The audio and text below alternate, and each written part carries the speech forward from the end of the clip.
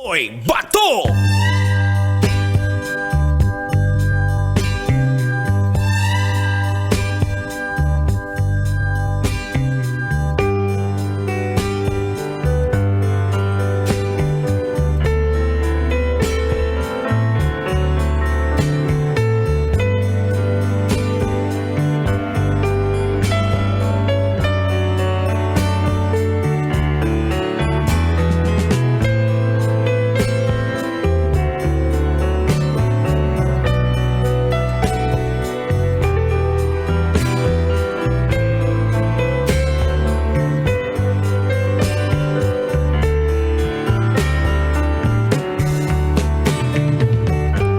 Usa kaming gabi, diyan ni mo ang kulog mga ante. At sa lahat ng mga gising pa dyan, tugutin na sa ninyong mga yog katahuran. At sana'y laging mabuti ang iyong lagay. Sa ganitong mga oras siguro, no, medyo hindi na ba masyadong matraffic ngayon? Ha? Meron pa daw eh. Sige lang, at least kahit paano andito pa naman si Totoy Bato yan. At syempre, ang pinag-usapan po natin kanina mga kabisyo, no, sa ating programang Totoy na Love ay tungkol po sa walang katapusang traffic, lalong-lalo na pag tuwing Kapaskuhan. Grabe, hindi ba talaga maiwasan to mga kabisyo, pero yung sakit ng ulo siguro, abay, pwede nating magawan ng paraan. Para hindi masyado tayong mainit yung ulo pag lalong-lalo na pag ikaw ay si manong driver, no? Isa kang taxi driver, isa kang grab driver, truck driver, yung bang madali bang magalit, no? Pag ganun siguro, no, lusiyon ko ng imong kigol. Hindi bagay sa iyo magmaneho kasi especially if you're from Metro Manila, dito alam na natin 'yan, no? Dami talagang hindi naman siguro ikaw lang mag-isa eh. Ang pagmamaneho po dito mga kabisyo, nung una ko pong salpak po sa EDSA, sabi ko ibang klase itong pagmamaneho sa Metro Manila. Paugat. Oo, paugat ba? Manas Bisaya, paugat. Ibig sabihin, karabang bahala ka dyan, basta ako ang mauna. Parang ganoon ba? Parang hindi, wala bang giveaway? Dapat andun pa rin yung giveaway, diba? Kasi pag nagkasagian po yan mga kabisyo, matagal-tagal at mas problema po kayo sa mga pangyayari, no? Especially may mga gasgas, may mga disgust yan. Ako, simba ko, palayo, no? Ayaw po ng tao na mahitabo din sa tuwa. Pero yan ang lagi kong sinasabi po mga kabisyo.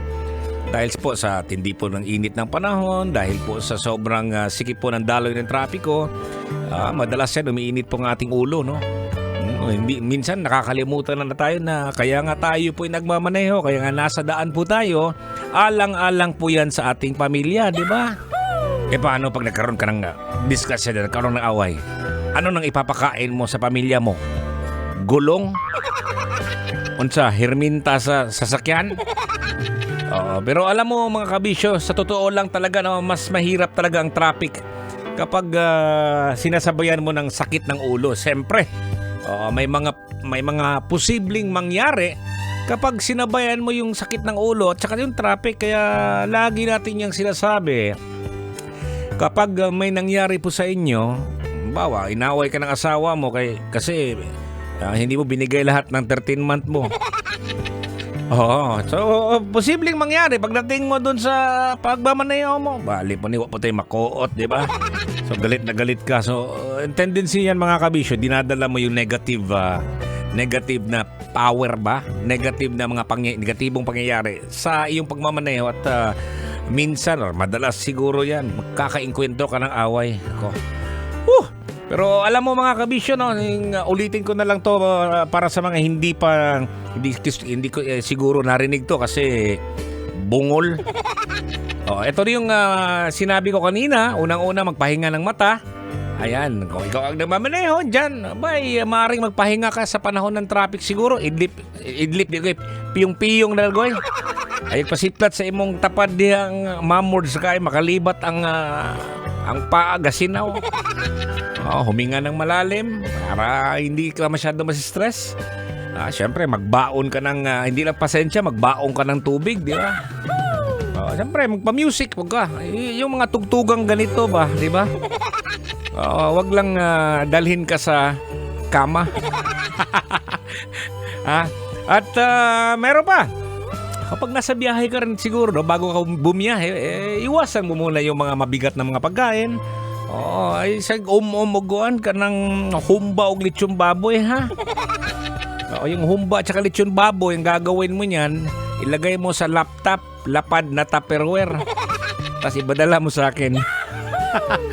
Ay, nako. At siyempre, eto pa, magpahinga po tayo ng maayos, ha? Kapag may pagkakataon, siguraduhin nakapagpahinga ka kasi mahirap naman nang nasa biyahe ka. Kulang-kulang ka sa tulog. Pag kulang ka sa tulog, madali kang magalit.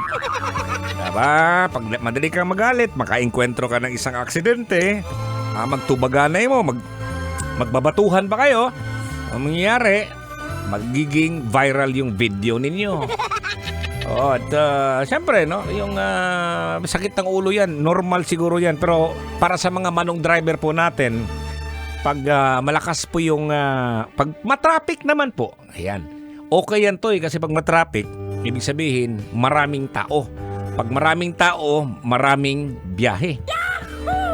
Pag maraming biyahe, maraming pasahero, plus 150.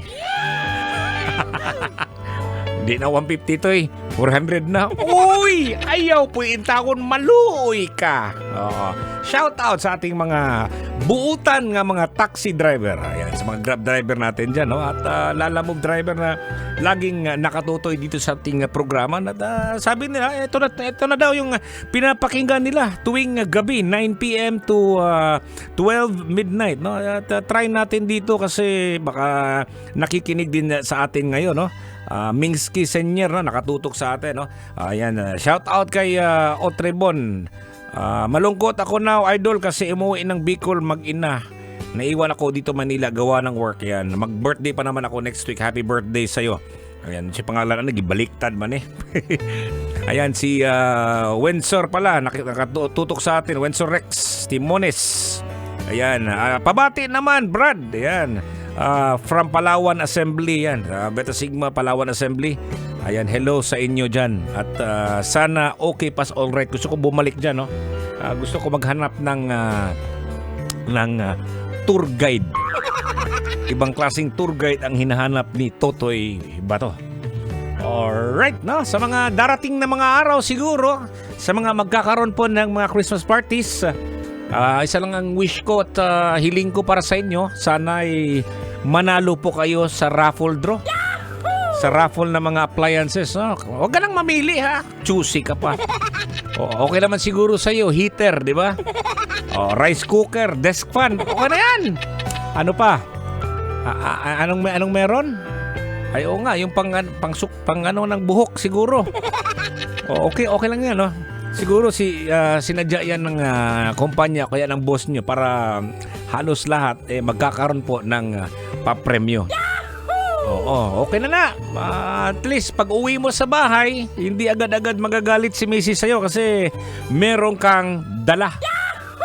At sa mga mahilig naman dyan na magbaon ng bring house, yung tinatawag natin na take home, siguraduhin nyo lang na yung mismo may-ari nag-una-una, kaya yung waiter, kaya yung event organizer, ha, sasabihan kayo na, sir, meron po pong maraming ulam, tapos bigyan kayo ng sariling cellphone, as in siluping puno.